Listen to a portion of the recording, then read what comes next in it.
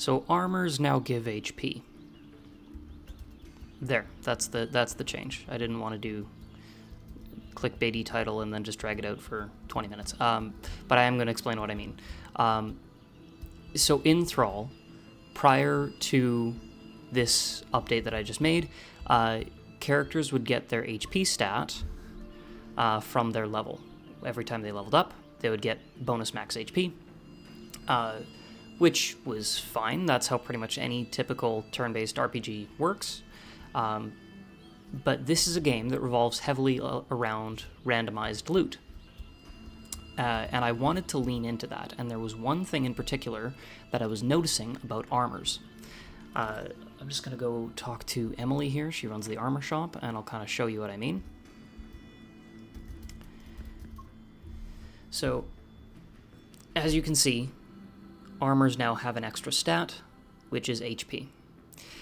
What I was noticing about armors, though, is that a lot of players that I was seeing test play didn't pay that much attention to defense and resistance.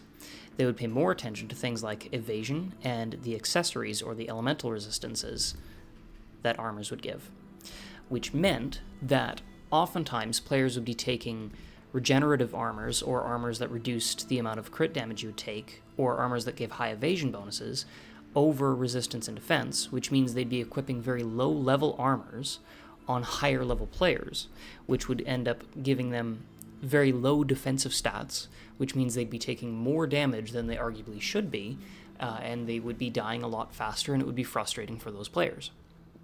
Now, what I discovered is that the reason why those players were not really paying attention to those defense and resistance stats was because they didn't understand how they factored into the damage formulas and how increasing your defensive stats actually increased your damage resistance.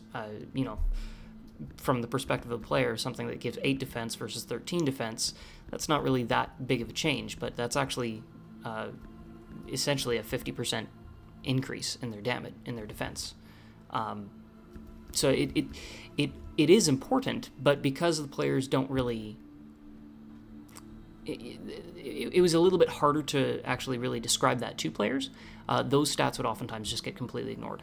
And I was noticing that just armors in general were not really treated with the same priority and respect as weapons.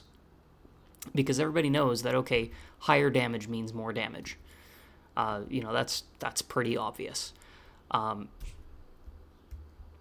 So I wanted to find a way to counteract that and make it so that players are actually encouraged to increase higher level armors as they gain levels and they gain the ability to do so, and they don't just abuse legendary and unique armors that have special effects for those effects and get their defensive stats from other armors that maybe aren't as important. Like, let's say, for example, if you had a legendary chest plate and you kept it for the effect, you could just get your defense and resistance stats from your helmet and your shield and your accessory.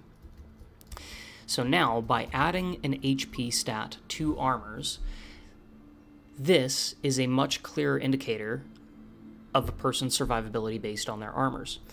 If you equip all, level 1 armors and you only have 200 HP, but you see that by equipping different armors you could get up to like 600 HP, that's a much clearer indicator of, oh, this is a significant boost to my survivability. Now, realistically, this doesn't actually change anything. If you are gaining levels and you're equipping armors that are at your level, or maybe slightly below, you'll still have roughly around the same HP that you would have if you just gained that HP from leveling up. But this way you're now actually encouraged to swap out your equipment as you gain levels. Now, that required a couple of changes, and the first one I'm going to show you is important because I've been avoiding doing it this whole video so far, which is that I actually had to rearrange the UI on the equip screen. So this is the new equip screen UI, and the reason why I had to change this was because now instead of 7 stats displayed, there's 8. I actually have HP displayed in the actor stat card. Now normally this was up here in the corner, and it could only display 7 stats vertically plus their name. I ended up getting rid of the name and displaying HP in its place, but what I noticed was when all the stats were stacked vertically, they became a little bit difficult to read and differentiate, and it got a little bit cluttered.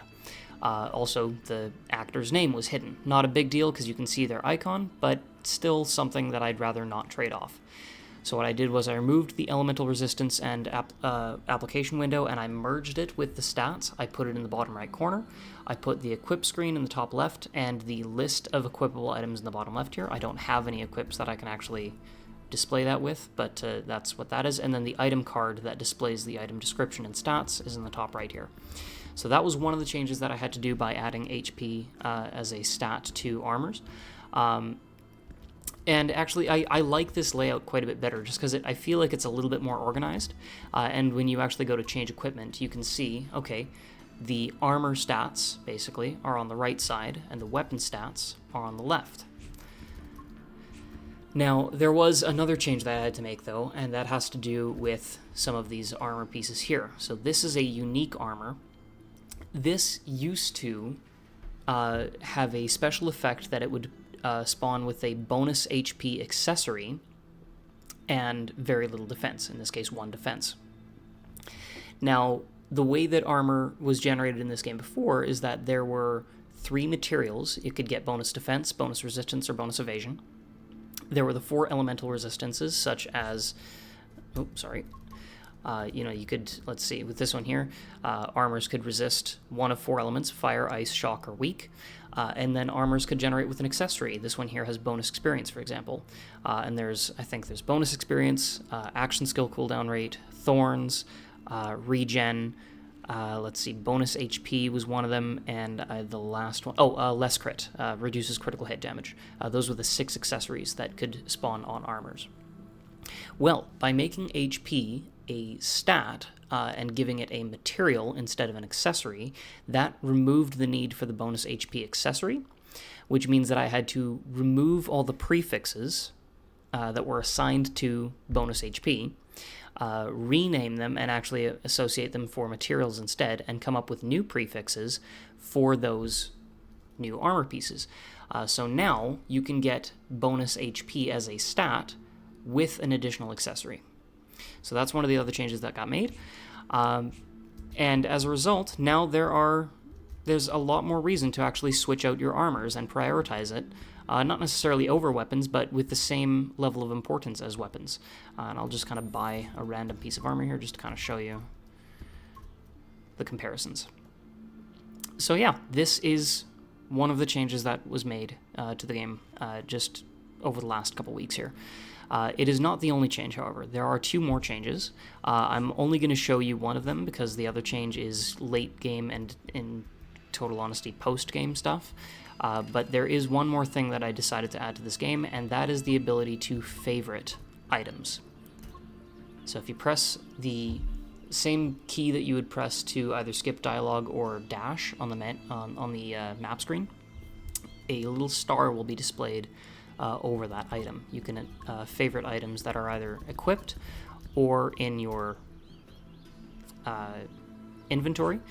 You can also do that from the item screen, or you could even just do it in shops. And what that does is it essentially marks that item in a way where it will no longer be able to be salvaged, and it cannot be accidentally sold. So I'll just kind of show you here. I'll unequip all of Damien's accessories. From the menu, I'm going to mark this phantom as a favorited item. And now if I try to salvage, it's not going to let me. Whereas if I go to these gloves, it will let me salvage them. I can favorite them, and it won't let me salvage them, and I can unfavorite it, and it will let me salvage. And same thing if I'm in a shop. If I'm selling a massive amount of loot, if I try to sell this phantom, I can't, but I can sell these gloves because they're not favorited. And if I unfavorite this, I can now sell that. So that's now how...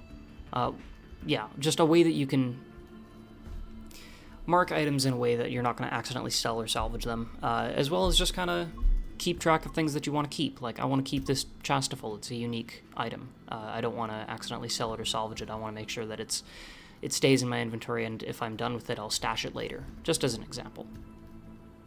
So those are the main changes that have taken place over the last few weeks. There are a couple other things that I've been working on. I've worked on some of the forest dungeon maps. That's come along pretty well, actually. I'm about a third of the way done that, so hopefully I'll have that done by the end of July. And then there's one more thing that I did. I won't show it because I do have to do a little bit of setup to display it, but I'll kind of describe it. There is something in this game. I may actually be able to show you with this. With the difficulty system that gets unlocked later, as you turn up difficulty settings, you'll unlock these shard items. And what they are is, once you set the difficulty settings to a certain point, I've made it so that previously the system did exist where they would just randomly drop as an epic rarity item. I've changed that now where they are now actually dedicated boss drops. And the chance of them dropping from a boss is equal to the number of floors that you've gone through in that dungeon to get to the boss times 3. So a 5-floor dungeon gives you a 15% chance.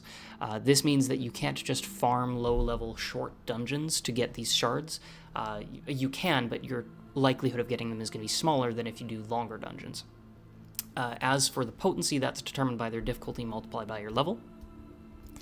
Now, one thing that I did do previously, what these shards did was that you could equip them to any weapon, and it would permanently increase its stats. You could increase its damage, dexterity, accuracy, or crit.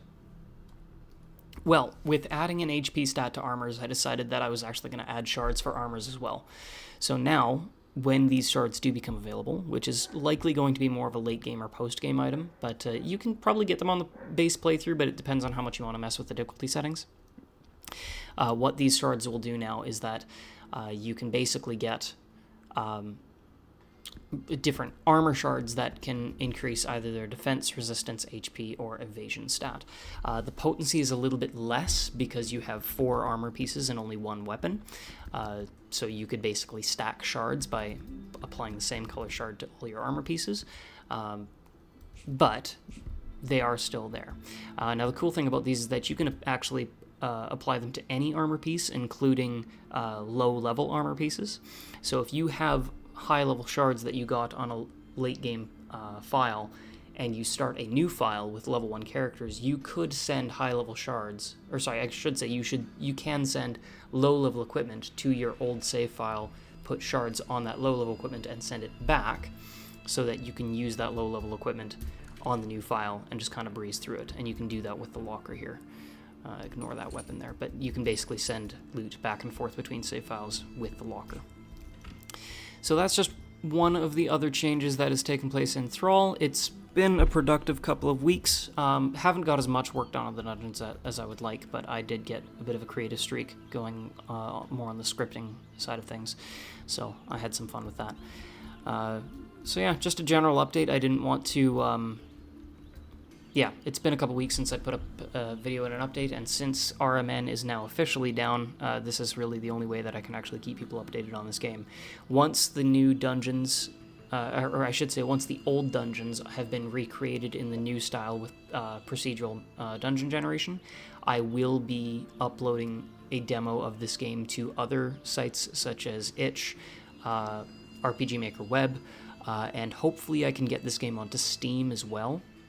So keep an eye out for that, but it is likely going to be later in the year because I do have 2 more dungeons that I still need to recreate. I need to create the forest and the city, so that I hopefully will have the forest done by the end of July. The city, maybe the end of August, maybe September. We'll see how that goes. Life is, life takes priority. But I will have a demo of this game updated and available on other sites soon, at which point I'll be posting more updates there as well. So keep an eye out for that. RPGmaker.net is currently in the process of a rebuild, and when that site goes back up in its new state, I will, of course, keep updating the game there as well. So that's it for now. Just wanted to do a quick progress update. Hope you're having a great day, and I'll see you next time.